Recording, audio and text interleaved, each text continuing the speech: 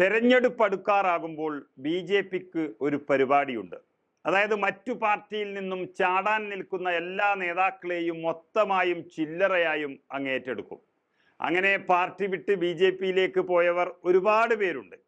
എന്നാൽ ഇന്നവർ എത്രത്തോളം എത്തി നിൽക്കുന്നു എന്നുള്ളത് ഒന്ന് പരിശോധിച്ചാൽ മനസ്സിലാകുന്നതാണ്.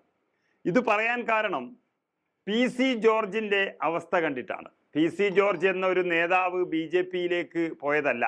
അദ്ദേഹത്തിൻ്റെ ജനപക്ഷം എന്ന പാർട്ടി തന്നെ ബി ജെ പിയിൽ ലയിച്ചതാണ്. അതായത് കയ്യിലുണ്ടായിരുന്ന പാർട്ടിയും പോയി. പക്ഷെ ഇതുവരെ ജോർജിനെ അംഗീകരിക്കാൻ ബി ജെ പി നേതാക്കൾ തയ്യാറായിട്ടില്ല എന്നതാണ് അദ്ദേഹത്തിൻ്റെ മണ്ഡലത്തിൽ നിന്നു തന്നെ പുറത്തു വരുന്ന വാർത്തകൾ.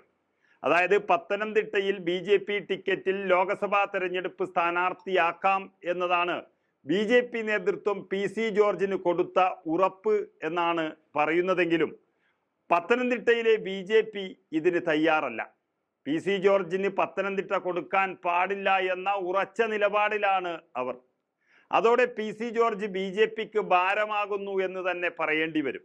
പി സി ജോർജിൻ്റെ നാവ് കൊണ്ട് പലപ്പോഴും പ്രതിരോധത്തിലാകുന്നത് അദ്ദേഹത്തിൻ്റെ പാർട്ടി തന്നെയാണ്. ചരിത്രം പരിശോധിച്ചാൽ അത് മനസ്സിലാകും.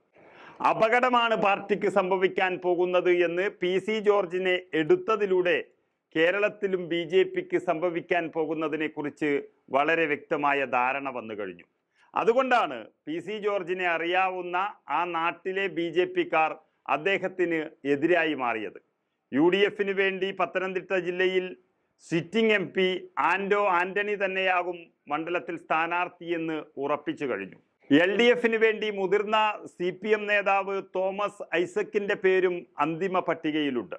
പ്രധാന മുന്നണികൾ ശക്തരായ സ്ഥാനാർത്ഥികളെ അങ്ങനെ നിർത്തുമ്പോൾ ബി ജെ പി മുതിർന്ന നേതാവിനെ തന്നെ ഇറക്കണമെന്നാണ് പാർട്ടിയിലെ ഒരു പൊതുവികാരം. കഴിഞ്ഞ ലോക്സഭാ തെരഞ്ഞെടുപ്പിൽ സംസ്ഥാന അധ്യക്ഷനായ കെ സുരേന്ദ്രൻ മത്സരിച്ച മണ്ഡലമാണ് പത്തനംതിട്ട. മാത്രമല്ല 3 ലക്ഷത്തിനടുത്ത് വോട്ട് പിടിക്കുകയും ചെയ്തു. ഇനി ആ വോട്ട് കുറയുന്നൊരു സാഹചര്യം ഉണ്ടായാൽ ബി ജെ പിക്ക് കേരളത്തിൽ നിലനിൽപ്പില്ലെന്നും അതുവഴി നാണക്കേടാകുമെന്നും പാർട്ടി വിലയിരുത്തി കഴിഞ്ഞു.